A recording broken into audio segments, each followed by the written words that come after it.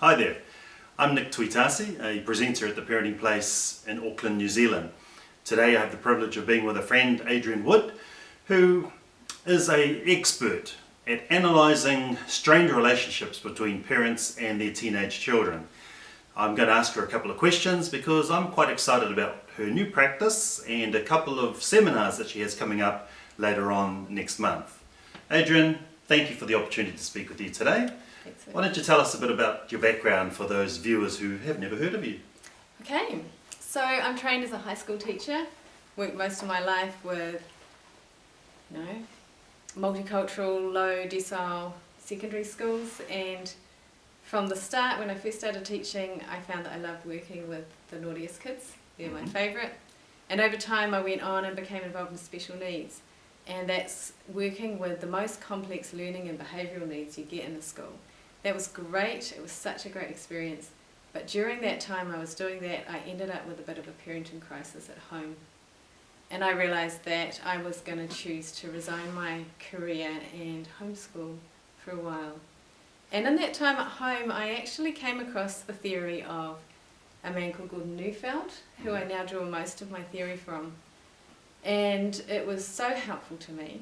And also I went to university, studied a master's in education and psychology, and I ended up as a lecturer in human development for a couple of years because I love human development, but I still felt something was missing. I wanted to go back to working with families, which is where I met you at the Parenting Place. And after a time there I decided I still wanted to work with the most complex learning and behavioural issues out there. Good on you. So I've launched my own business, Heartsync, and here I am. Excellent. So tell me, what's the difference between your approach and the practices that are currently out there? Well, my approach is called the attachment-based developmental paradigm.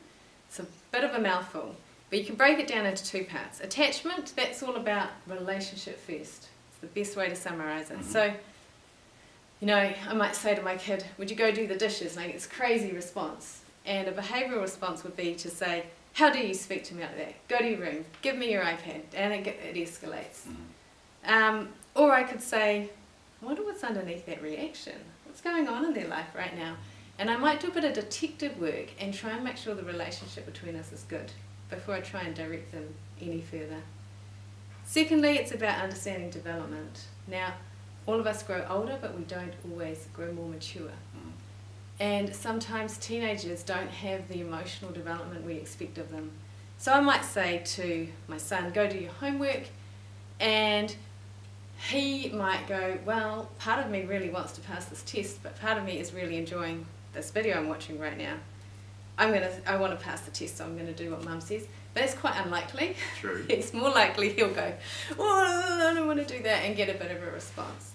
And teenagers often haven't got the level of self-regulation we expect of them at that age, and it's better for us to understand where they're at developmentally and work from that place instead of from the place we expect to see them at. Yeah, it's so cool. So would there be the risk that if you focus on the relationship, the child thinks that they have a victory because they may have got away with the behaviour?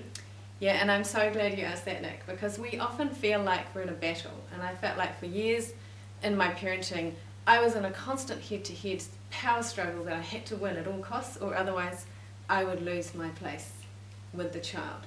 And actually it's coming from a really important place. We do need to be in the lead with our kids. But the interesting thing is that if you can step in and look at the needs underneath their demands and their unpleasant behaviour and meet those needs, you can get a completely different response. I might share with you a little story here. Once I did some fostering with a girl who had really high aggression needs. Everybody agreed this was a pretty potentially dangerous young adolescent. And she was threatening my daughter, I'm going to smash you, I'm going to smash you. And the conventional parenting approach would have been to come down on her like a ton of bricks. How dare you speak to my daughter like that? If that happens again, you're leaving my house. But instead, I got her out of the situation, got her in a quiet space, let her sort of go off for a while, just let her do her thing, and then I said, that felt really hard, didn't it, when my daughter spoke to you that way? And I got straight to her heart, and it softened. She gave me a hug, a few tears, and it was all over. I'm so sorry, she ran back down and apologised to my daughter. It was all over. I didn't need to tell her to say sorry. I didn't need to put a consequence in. Can you see how working at the need underneath the behaviour can get you there a different way? It's true. And I know that a lot of the parents that are watching this will be thinking, oh, you know, do we want to run the risk of trying it? But there's that old saying, if you always do what you always did, you'll always get what you always got. And I think there's a lot of frustrated parents out there who just need to try something different. Awesome story. Tell me, what is the real motivation behind the business that you've set up? Yeah, well, my real heart is to try and be a different voice and support for parents who went through the hell I did. When you're in chronic, constant head-to-head with your child and there's nothing but aggression and frustration and resistance, it's hell. It's absolute hell. And the answers I was getting from the people out there who were the professionals and experts at the time were just making it worse. It's like piling insult upon injury when I was constantly saying, get out of my presence until you can behave. And this child who was crying out for a bit more love and attention was just getting that, I'm not talking to you till you can behave.